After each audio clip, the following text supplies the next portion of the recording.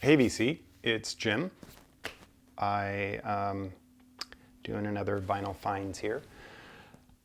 I have a stack of records here that kind of, I'm just going to kind of go backwards in time from the most recent to the oldest, kind of, I guess. There's a bunch of different stuff in here. Not really a particular theme, but some interesting things. So we'll start with the Dum Dum Girls from 2011.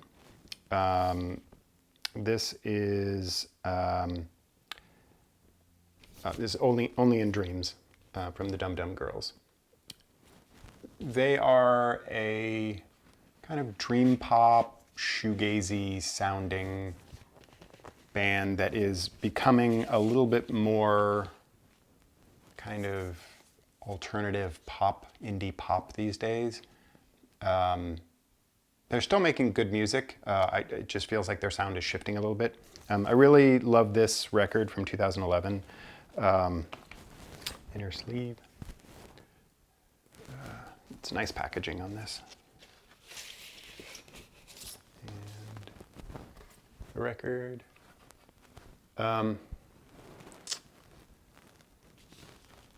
They have just a really kind of rich, deep sound, and especially on this one, you know, kind of tends towards the shoegazy end of things.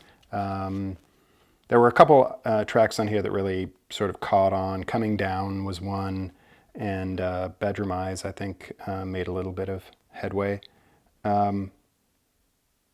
But it's really a beautiful record. Definitely worth checking out. I'll see if I can do a needle drop on these. Good record. Next is a record from 1986, I think. This is Deborah Ayal from the band Romeo Void. I don't know that I have ever heard this record. Yeah, this is 86. This is her first solo record after Romeo Void split up. I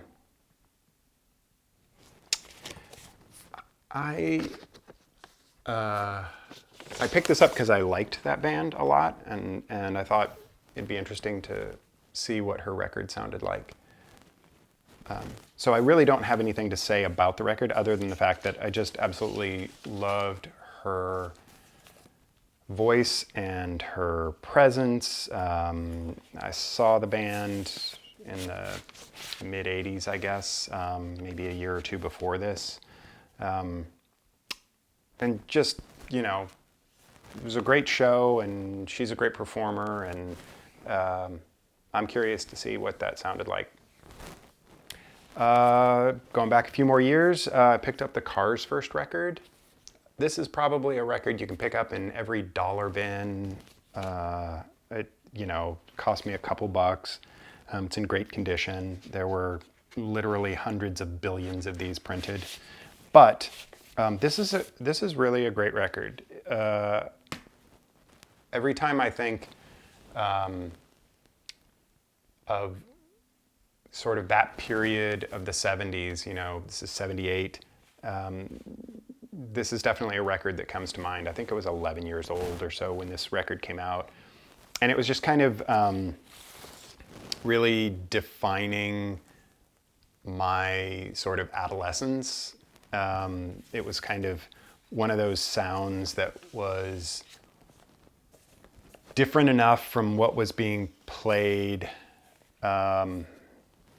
on the radio to kind of catch my ear as a kid and just really feel like something new. You know, punk was happening at that time, but it wasn't being played on the radio. So I wasn't hearing much of it. You know, it's not like I was hearing, you know, the Sex Pistols and the Fall and the Damned at that time. You know, I had heard a few things. I'd certainly heard the Sex Pistols by then because there were little clips that would show up on TV. but there wasn't a lot else going on. So bands like, the Cars and Elvis Costello and, these bands that would show up on Top 40 radio that were different enough to kind of define a new sound, but not so different as to not be playable, were kind of where I started with music to kind of connect to things. And the Cars' first album is great because it's much more of a straightforward, guitar, bass, drum with a little bit of keyboard in it. So it sounds much more like a kind of straightforward kind of rock band from that time, but different. Especially with Ocasek's voice and the little bit of keyboard that's in there kind of helped define it. It wasn't until the next record, the next couple records, that they really kind of started to heavily rely on the synth sound. If you've written off the Cars, go back and listen to the first record. It's really a strong record.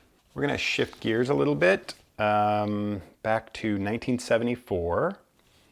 A collection called The Revolution Will Not Be Televised by Gil Scott-Heron. This is a collection that brings together tracks from his first 3 records. I didn't really hear about Gil Scott-Heron in the 70s as a kid. I never heard anything by him. I didn't know who he was. It wasn't until really the late 80s that a lot of rap that was happening in the mid and late 80s would drop references to, there'd either be samples or there'd be just references to Gil Scott-Heron or The Revolution Will Not Be Televised or, Whitey's on the Moon or all these different tracks from him that really, I'd learned later in life that Scott-Heron really was the grandfather of rap.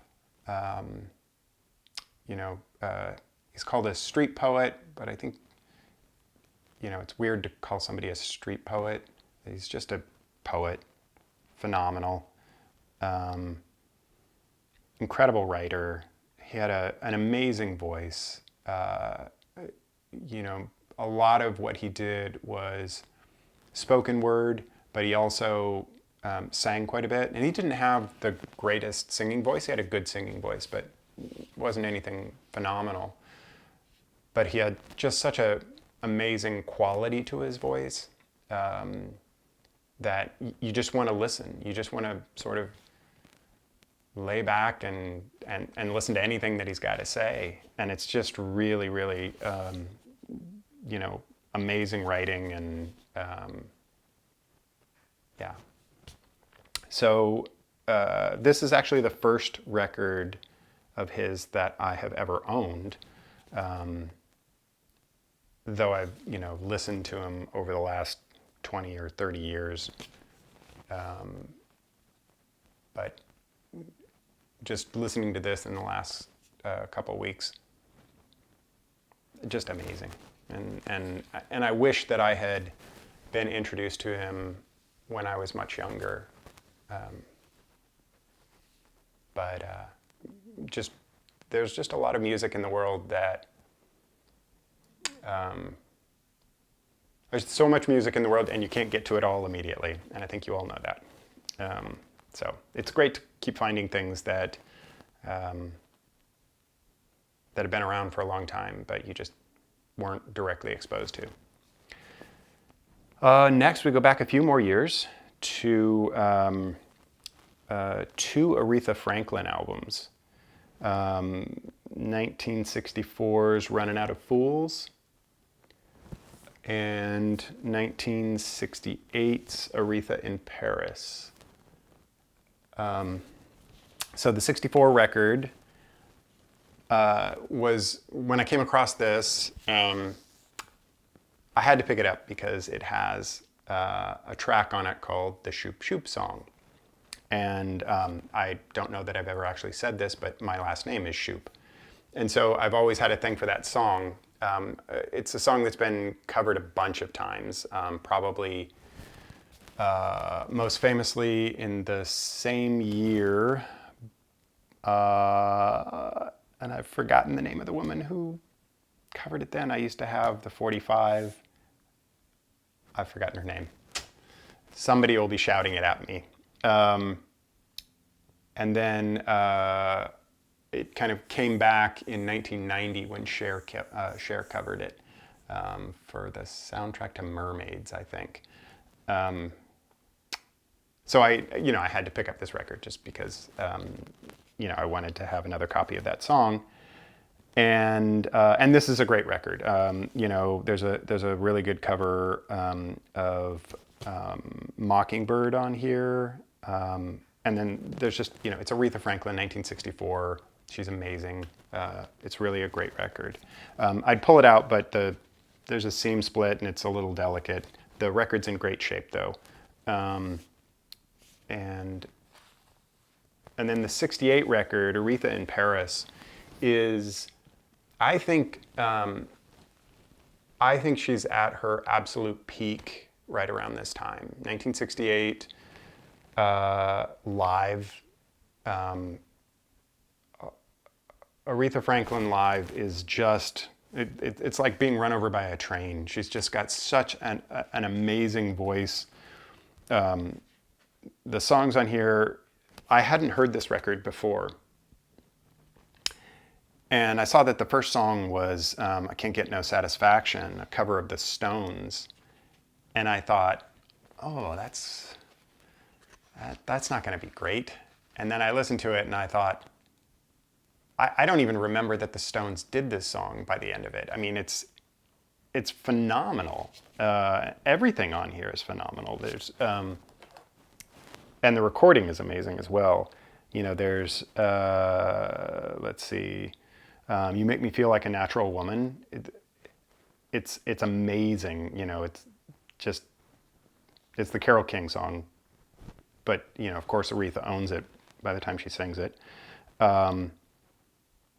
Since You've Been Gone, Chain of Fools, Respect.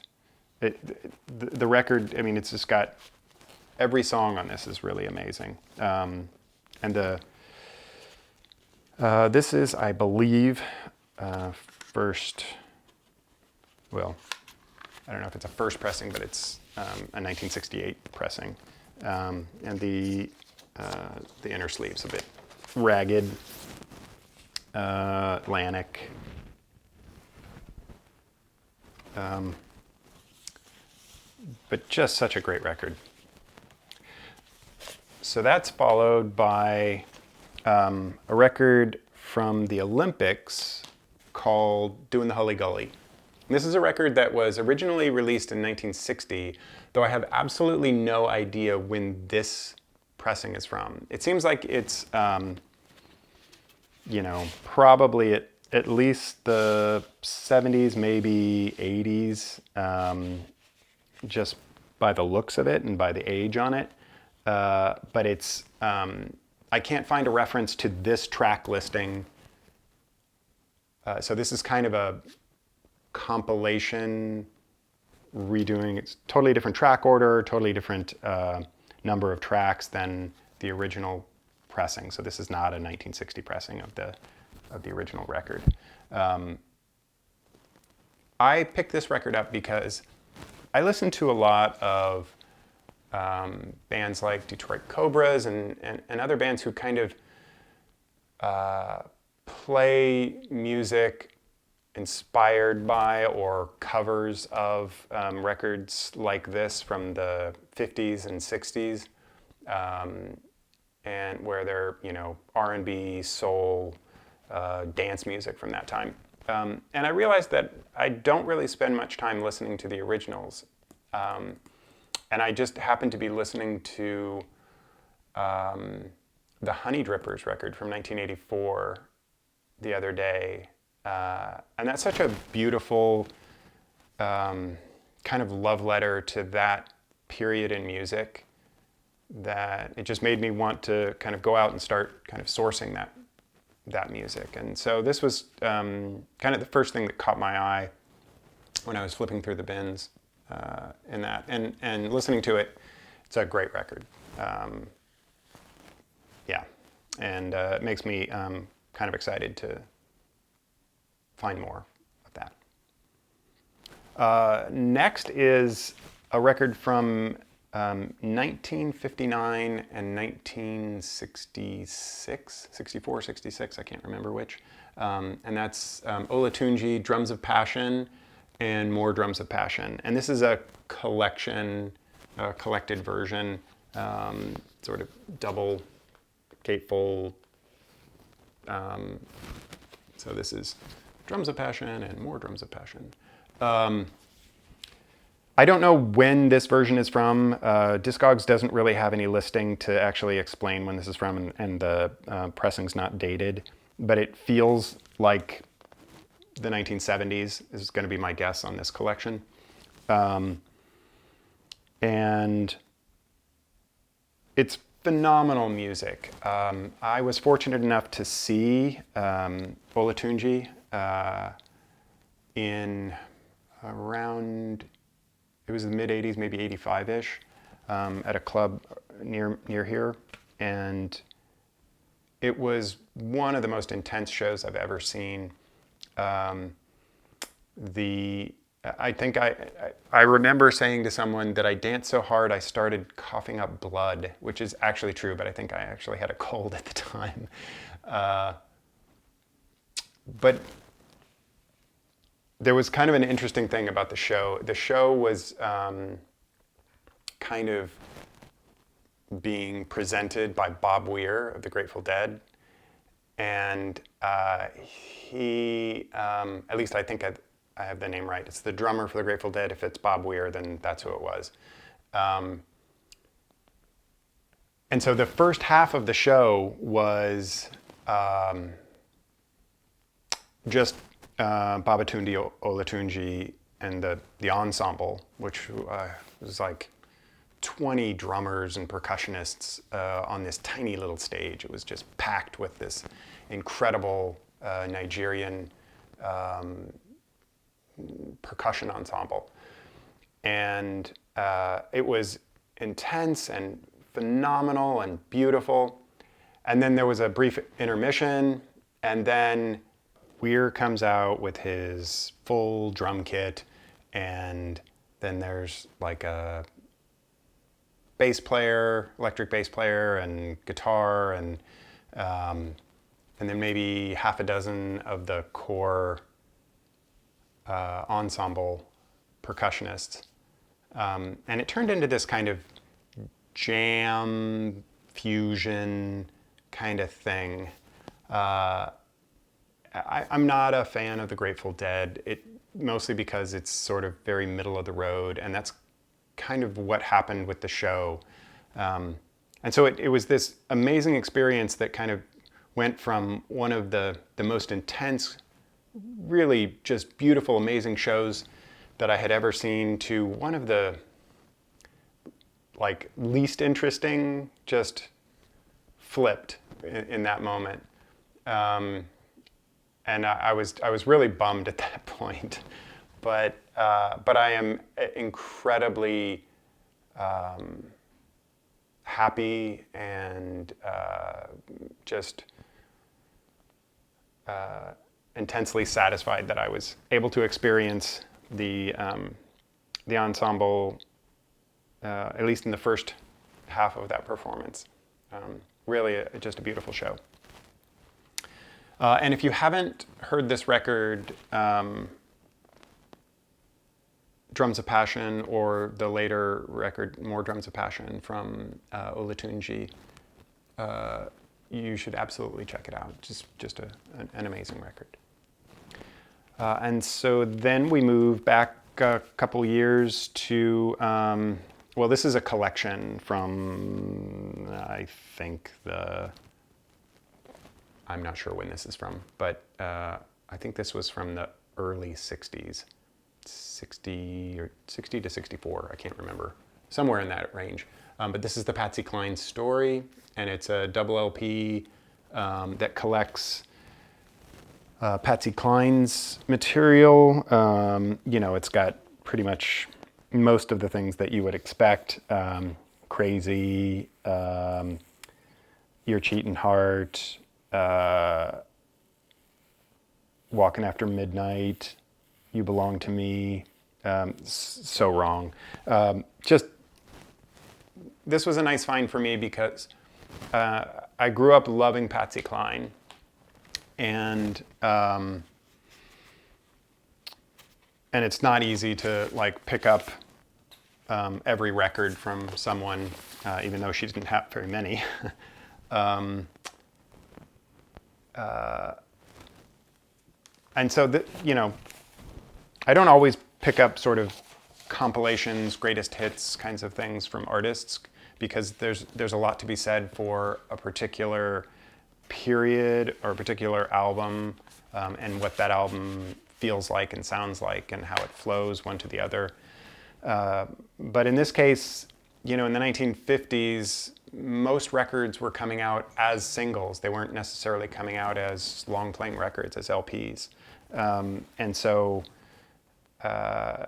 it's a little easier call for me to pick up a collection of songs from someone from that era. And I was happy to find them. It's in beautiful condition, and it was really cheap. That's followed by another collection, but this is actually a collection that I had on CD back in the 80s. And this is the Quintessential Billie Holiday, Volume 1, which is 1933 to 35, and that's this. And I had, I think there's 2 or 3, there's a few of these Quintessential collections. And I had a couple of them. I had 2 or 3 of them. And the early Billie Holiday is the thing that I always connected most to. It was a little bit more raw, a little bit more sparse. By the 1950s, the production was generally very big. There were usually a lot of strings and a lot of, sort of choral backing, and it just kind of took it to a whole different place. And there's a sort of bare and raw quality that it's much more suitable to her voice in the early recordings. Even the earlier recordings than this, I think there are some as early as the late 20s. They're not on here because I think they weren't on this label. But some of those recordings are really, really beautiful. But this has, let's see, What a Little Moonlight Can Do, Painting the Town Red, If You Were Mine, You Let Me Down. There's a lot of great songs on here. Just great stuff. Anyways, you can't go wrong with Billie Holiday. I mean, even the 50s, stuff from the 50s, it's still amazing. It's just, I think some of the production just really smothers her by that point. That's it.